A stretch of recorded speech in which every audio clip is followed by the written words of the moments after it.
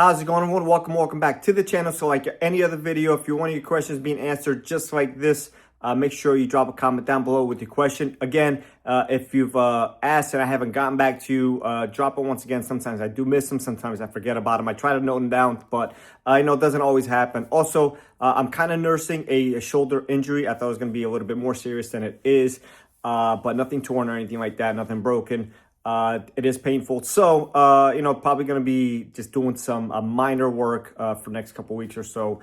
And we also got a trip coming up, not this week. So not the week you're looking at this video, watching this video, but the following week. So I don't know if I have some videos ready for that or not. But if I don't, that's the reason why. So with that being said, let's go ahead and get started with this week's first question. And it is some 2.0T head gasket concerns.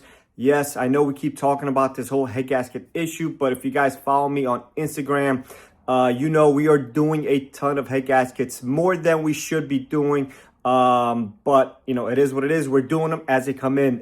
We don't dictate what comes in or what doesn't come in. If it needs it, we're going to recommend it. If it's under warranty, we're going to do it. If it's out of warranty, then the customer could pay for it or decide to either get rid of the car or, repair it somewhere else, maybe do it themselves, whatever the case may be. So what are some concerns with the 2.0T head gaskets? Hell, we don't see too many of these.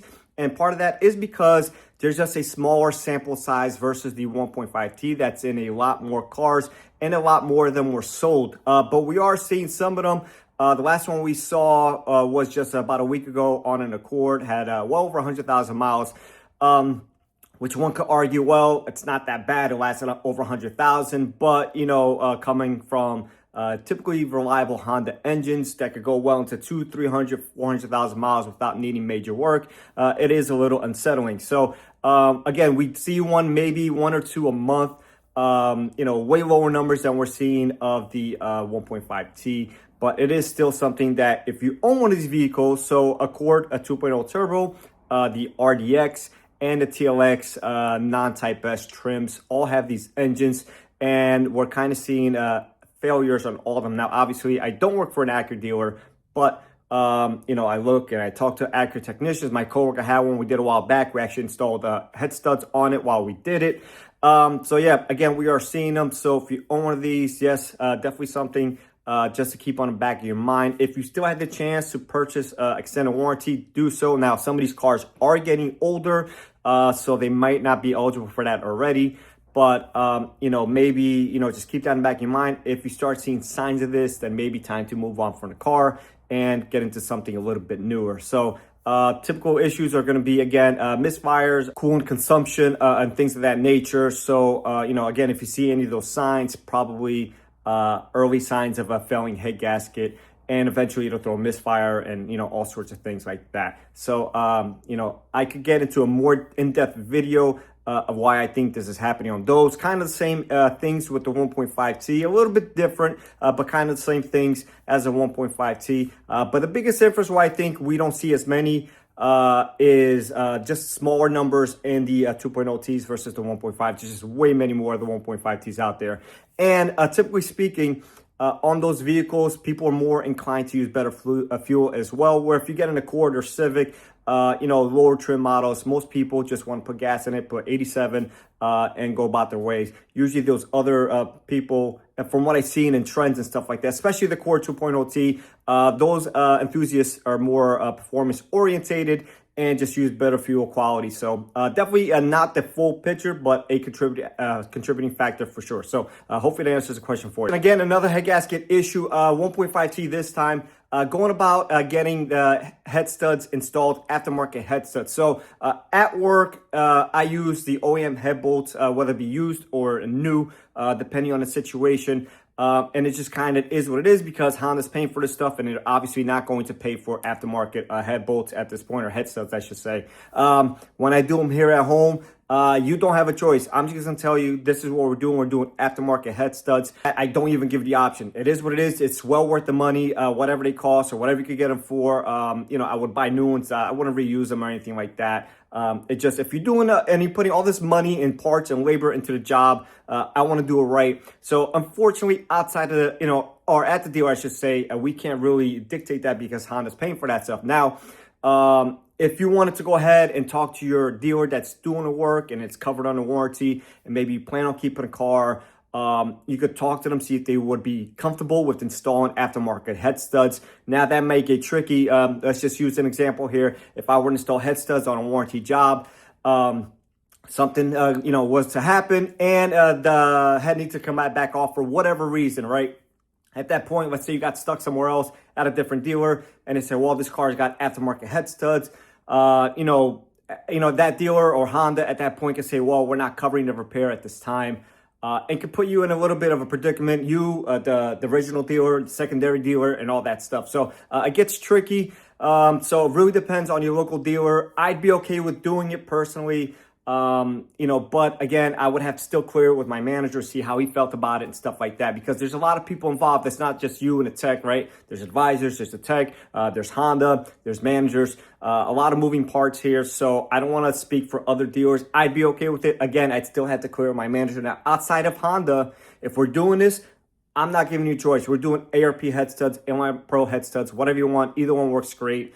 And that's just, it's, no argument, the better bolt out there, more clamping force, gets torqued harder. So it's just a better bolt and better product than what Honda provides. But in a case of them, at the dealer, most cases, they're just going to have to use the OEM stuff, obviously paid by Honda.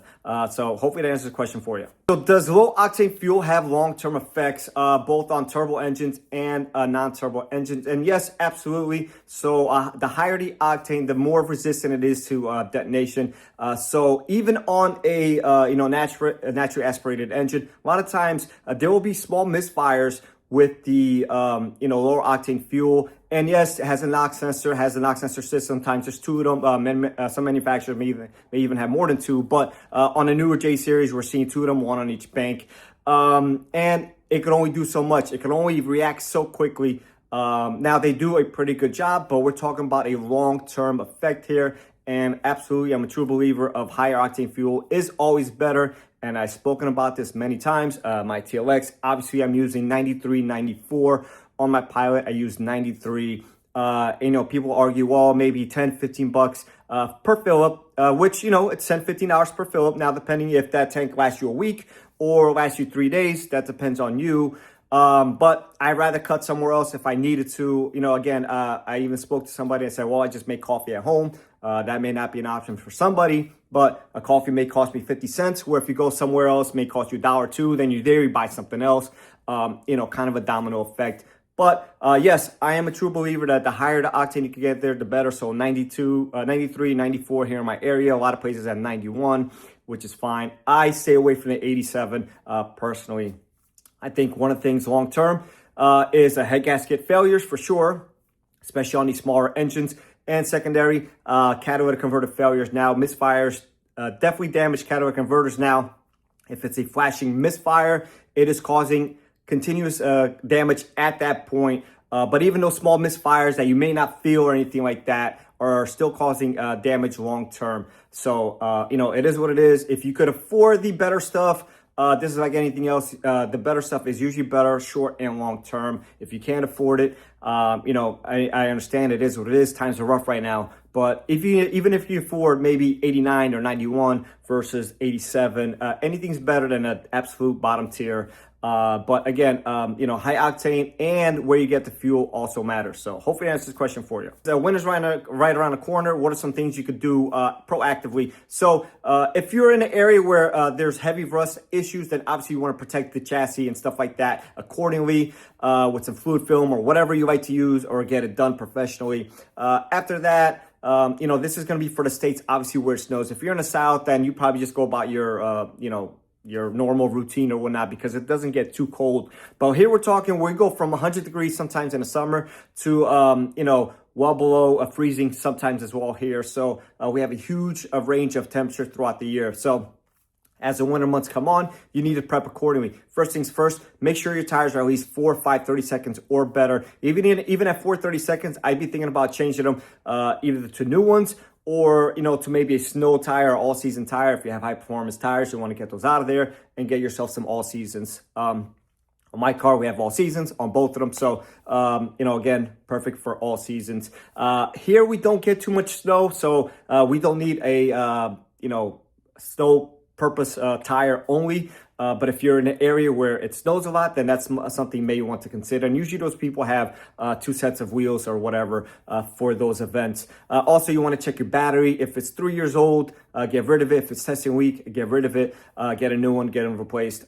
It's also a good idea to have an air compressor in it with a jump box. There's a lot of companies now out there that make 2-in-1. I personally like the Loki Thor. They have a huge range. I keep one in each car. And I keep one here and one at work. So I got 4 of them, all work great. So really depends on what your situation.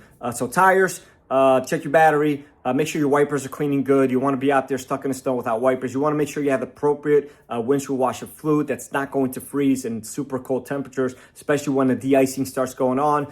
We have brine and stuff like that splatting on your windshield. It could get, unreasonably visible real quick, or your visibility could drop real quick. So you don't want to be caught out there not being able to see out your windshield and stuff like that. So just some tips here. I think I have a full video on this. I'll link it in the description section down below. But just some general things that you want to have, make sure covered before, some of that snow comes through. So hopefully that's a question for you. Last but not least, question of the week. And once again, if you want a chance to win any questions being answered, make sure you drop a comment down below. So question is, drove through some deep water. Now you have to check engine light. Well, it could be a coincidence, or it could just be something due to that water, right? So we're talking water where it's at least up to your wheels or the underbody of the car. You shouldn't be driving through the water, but I get it. Sometimes you have no choice and you have to do what you have to do. So if you happen to have one of those events and you drove through water, then obviously that could be the case. Could be also just unrelated, but chances are it is related. So let's say it is related.